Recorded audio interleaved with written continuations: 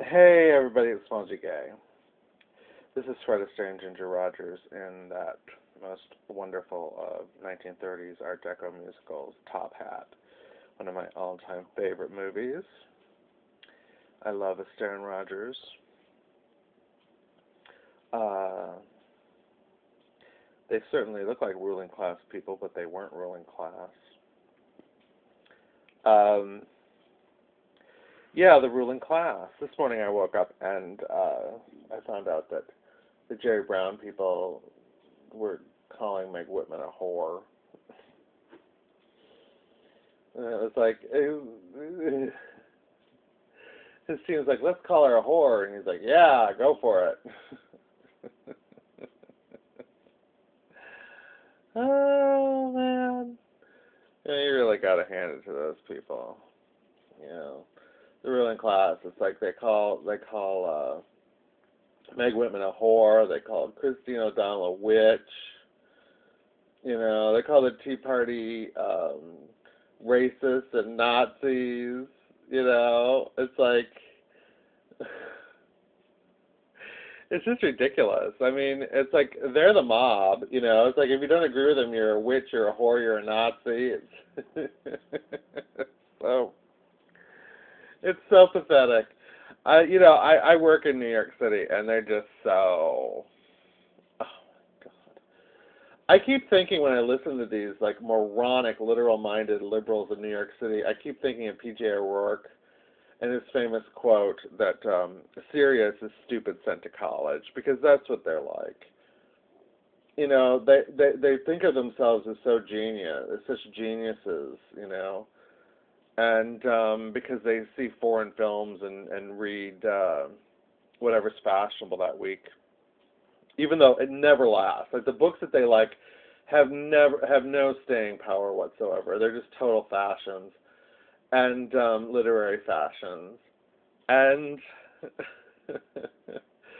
and they're so like serious and plotting. I mean, they're really plotting. Their intellects are very plotting. They don't get the Tea Party. They're so slow in the uptake for anything new. They don't understand technology. It really is stupid sent to college. You know, they're educated enough to know that they should read, and it's just kind of this. There's a mundane quality to them that's really unbelievable, and they're so thick. And they live in it. They're living increasingly in a dream world. It used to be that they had the status of New York, but those days are gone. The days of the Algonquin Round Table are gone. You know, I mean, come on. Those days are long gone, and they're living on past glory.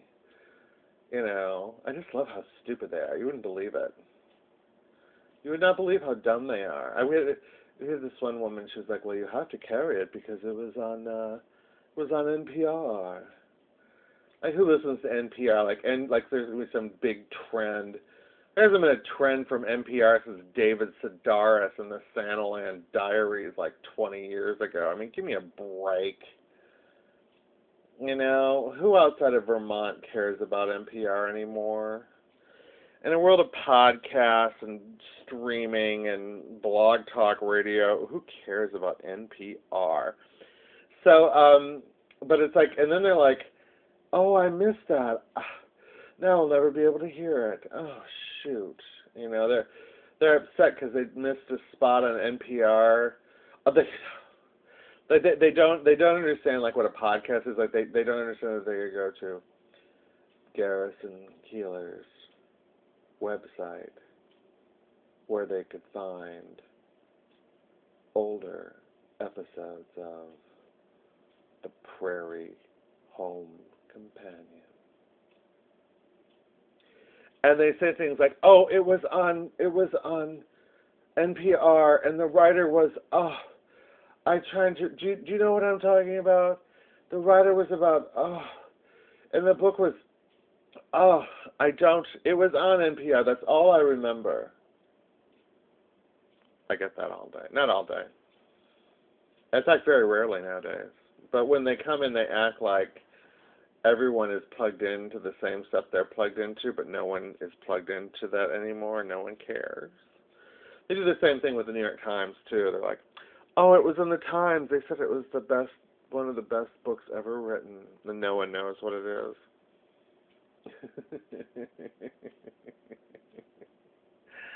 No one cares. And they're like, well, you must get it because it's in the Times. Like, please. Like, what does that mean? God. Oh, it's in the New Yorker. Oh, it's in the New Yorker. Oh, the New Yorker. Oh. Yeah. Dead. This world of deadness. You know what Sarah Palin say? Sarah Palin said that she can see Russia from her house. Oh, yes, she did. I heard it on NPR. That's what they're like. Oh, they're just wretched. I, they don't even know that that was a skit. Oh my God, they're so dense. You guys have no idea how dense they are. But that's fine. We'll just take over, you know.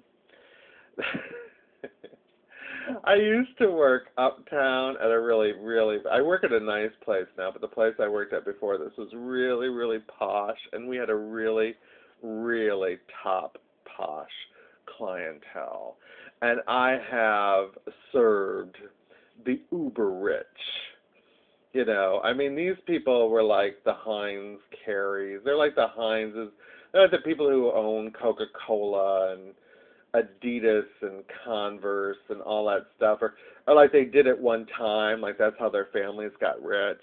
And the whole thing, you guys, is set up like high school. Just like Rush Limbaugh said, it's like high school. And the really, really rich people are not known. And they're not on the Fortune 500 list. And they don't want to be known. A lot of them are leftist, hardcore Marxists,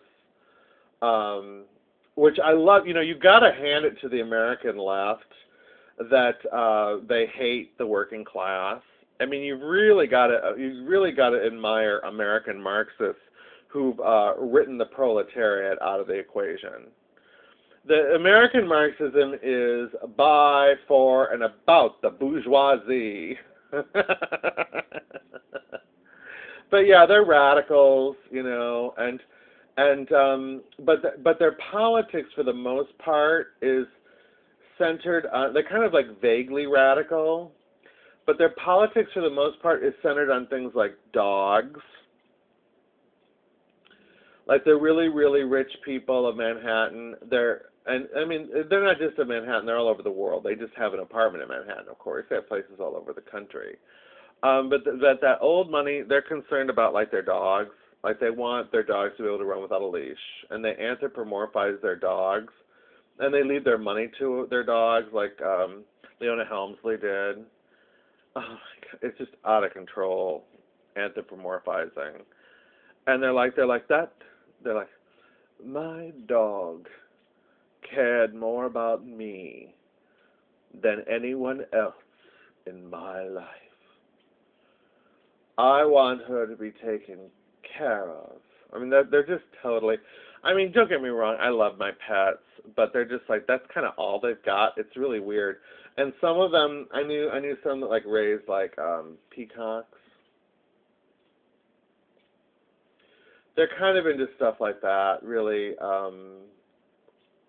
It's a small world. It's surprisingly small, and a lot of them, their most of their contact with human beings is their staffs.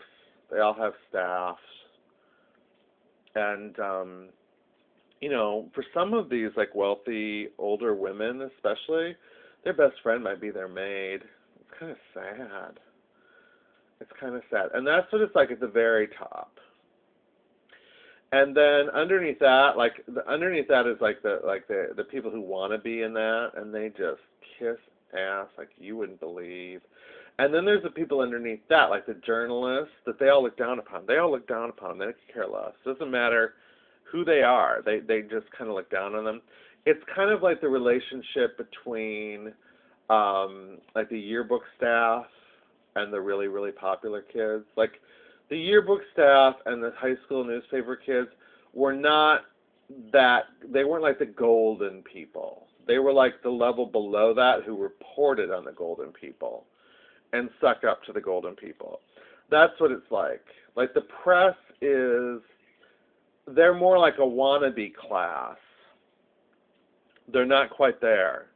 And they really want to be amongst them. I had an encounter with a famous journalist, a television journalist who you all know, female, who was notoriously cheap on Madison Avenue. And one of the people in the establishment that I worked at sold a story about how cheap this particular television news anchor was to like the Star or the Sun, those like the Midnight Sun. It wasn't even the Inquirer, it was like a sub-Inquirer, and they were like blankety-blank cheapskate. And all these other businesses on Mad, they were all talking about how cheap she was. And she is really, really cheap. She's so cheap. And she's really vicious and a really childish high school yearbook woman kind of way. I can't tell you who it is. This vlog's already over. I hope it goes over because it's really good. I'll talk about the rich and infamous at another point. I'm signing off for now.